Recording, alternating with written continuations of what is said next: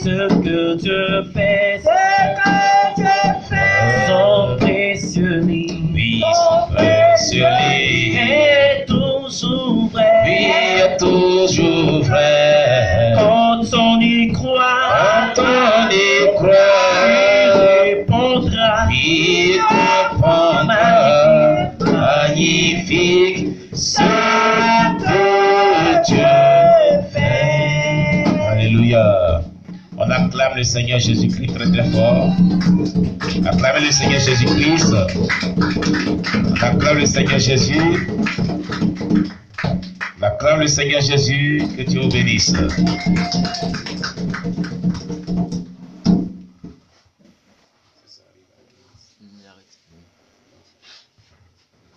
Gloire à Jésus. Bien-aimés, nous sommes en train de poursuivre une série de messages sur la générosité. Dimanche passé, on avait vu les dossiers vides. Aujourd'hui, nous poursuivons ce thème sur la générosité. Amen. Notre Seigneur Jésus-Christ nous a appris que nous devons être des chrétiens généreux et généreuses. Amen. Alors aujourd'hui, nous allons recevoir la suite de savoir donner la part de Dieu. Amen. Voilà, savoir donner la part de Dieu. Alléluia. Et la dernière fois, on avait parcouru certains versets tels que Proverbe 3, verset 9 à 10, Genèse 14, verset 18 à 20, Malachie chapitre 3, verset 7 à 12, et aujourd'hui, on va voir Matthieu chapitre 23, verset 23, concernant savoir donner la part de Dieu dans le thème générosité.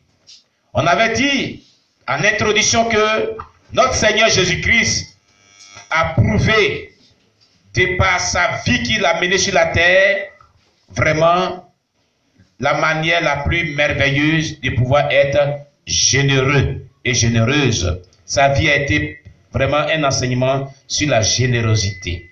Amen. Et voilà pourquoi, ce matin, cher bien-aimé, tu vas vraiment ouvrir ta Bible dans le livre de Matthieu chapitre 23, verset 23, sur quelques propos que le Seigneur lui-même avait déclarés concernant ce merveilleux thème, la générosité, et concernant comment donner la part de Dieu. Matthieu chapitre 23, le verset 23. Amen. Oui. Qui a la page dans le peuple, il va nous faire la lecture. Matthieu 23, verset 23. La sœur Jemima. Matthieu 23, verset 23. Malheur à vous, scribes et pharisiens hypocrites, parce que vous payez la dîme de la menthe, de l'aînette et du camin, et que vous laissez ce qui est plus important dans la loi, la justice, la miséricorde et la fidélité. C'est là ce qu'il fallait pratiquer, sans négliger les autres choses. Très bien. Plusieurs personnes disent que le fait de payer les dîmes ou donner la dîme n'a pas été mentionné par Jésus-Christ dans le Nouveau Testament. Que c'était la loi de Moïse sur l'ancienne alliance, qu'on devait payer la dîme, et que dans le Nouveau Testament, Jésus n'a pas parlé de la dîme. Amen. Je veux vraiment que chaque personne ouvre son entendement pour comprendre ce que dit Jésus-Christ par rapport à la dîme ici dans ce texte biblique.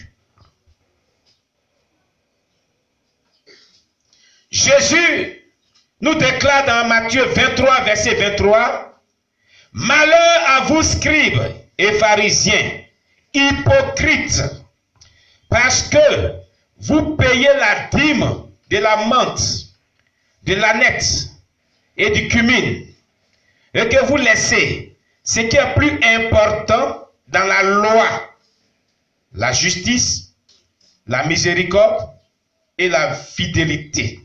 C'est là ce qu'il fallait pratiquer, sans négliger les autres choses. Quand on lit bien ce texte, et je voulais que on le lise ensemble, on va l'étudier ensemble. Amen. Qui parle dans ce texte? Celui qui veut répondre prend un micro et puis répond. On va faire comme on le fait en étude. On va l'étudier ensemble.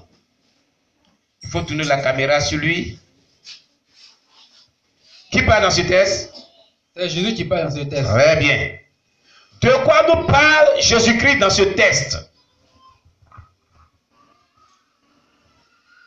De quoi nous parle principalement Jésus dans ce texte? Il nous parle de quoi? Oui? Bon, ici, Jésus nous parle de la dîme. Oui, c'est vrai. Mais l'idée générale, c'est un malheur. Il parle d'un malheur. Alléluia. Jésus nous parle d'un malheur. Amen. D'un malheur. Ce malheur était vraiment pour qui dans ce texte? À qui s'adressait Jésus dans ce texte? Oui, Emmanuel. Donnez le petit Emmanuel. Aujourd'hui, Dieu permet qu'il est disposé pour parler. Non, il faut actionner le micro, puis tu viens ici, là, on va te voir. Voilà, parce que l'autre pas la vue. Oui. Les scribes et les pharisiens. Attends, comment tu vois ici aussi? Il faut parler. Ce sont les scribes et les pharisiens. D'accord, les scribes et pharisiens. On acclame le Seigneur Jésus-Christ. Il a trouvé. Le malheur que prononce Jésus-Christ ici est pour les scribes et les pharisiens. Dans ce texte, pourquoi Jésus dit malheur à vous scribes et pharisiens? Pourquoi? Qu'est-ce qu'ils ont fait pour que Jésus les maudisse? Oui. Oui, le frère Jacques. Pourquoi est-ce que ce malheur est prononcé par Jésus sur les scribes et pharisiens? Pourquoi?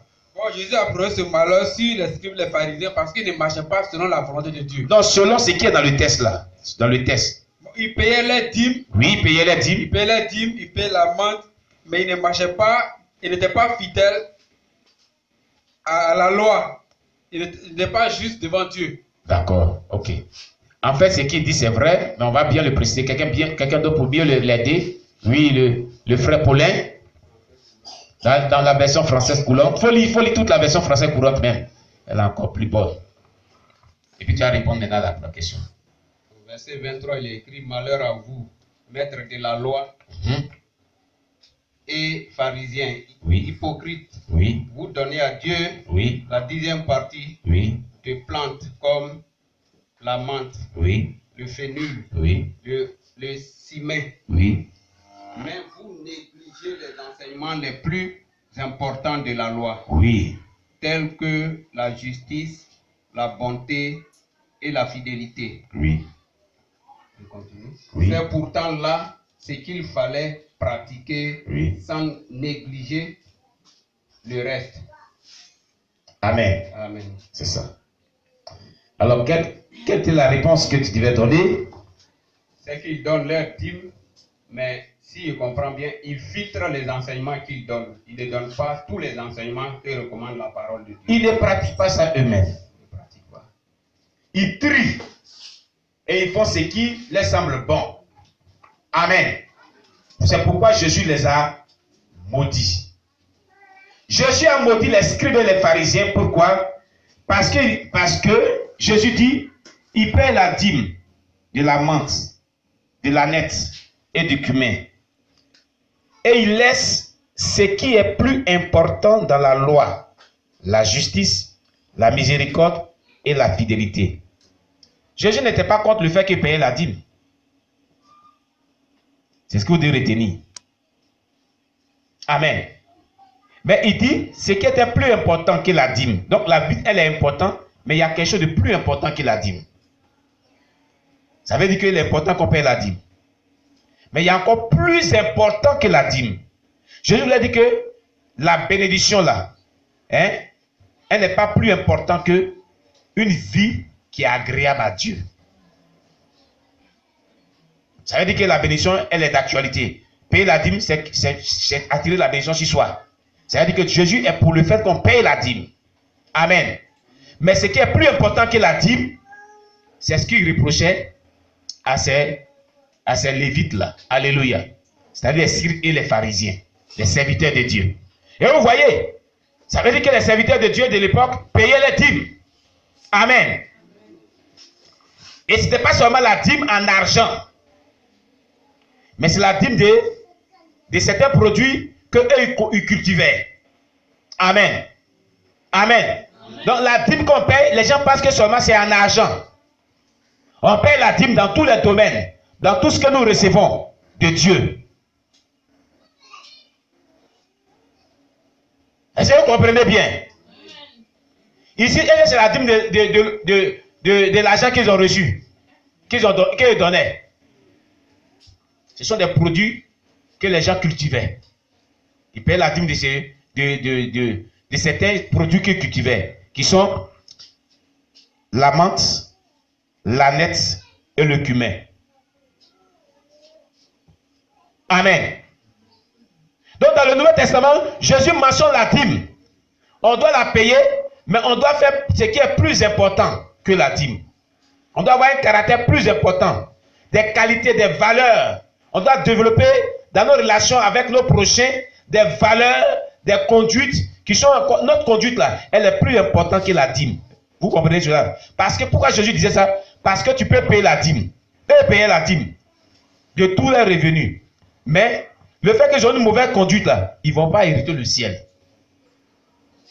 Voilà.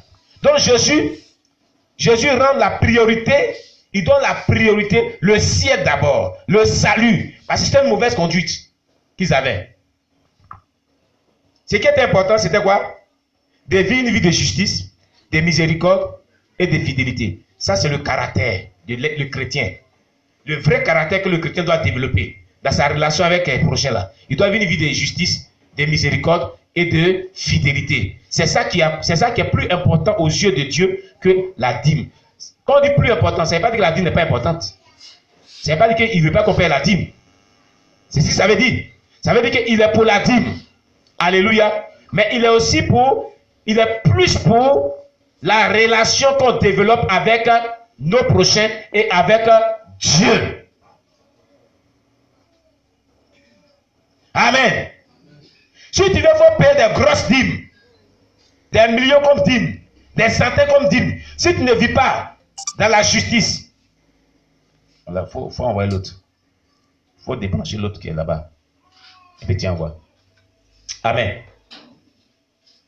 Si tu veux payer les grosses dîmes, faire des grosses offrandes, des millions, il faut soutenir le donner comme je dois. Que tu vis. Si tu vis, tu ne vis pas dans la justice. Tu n'es pas miséricordieux. Tu n'es pas fidèle. Tu rates le ciel. Tu vas en enfer. Oh, Jésus, il est mort à la croix pour qu'on soit sauvé pour le paradis. C'est pour qu'eux soient sauvés que Jésus parlait ainsi. Il faut enlever, tu vas mettre l'autre. Non, c'est que tu viens de voir. C'est pas encore fini? Ok, d'accord. Amen. Alléluia. Donc la dîme est mentionnée par Jésus dans la Bible. Il veut qu'on paie la dîme. Mais il veut qu'on fasse ce qui est plus supérieur à la dîme. La vie de justice.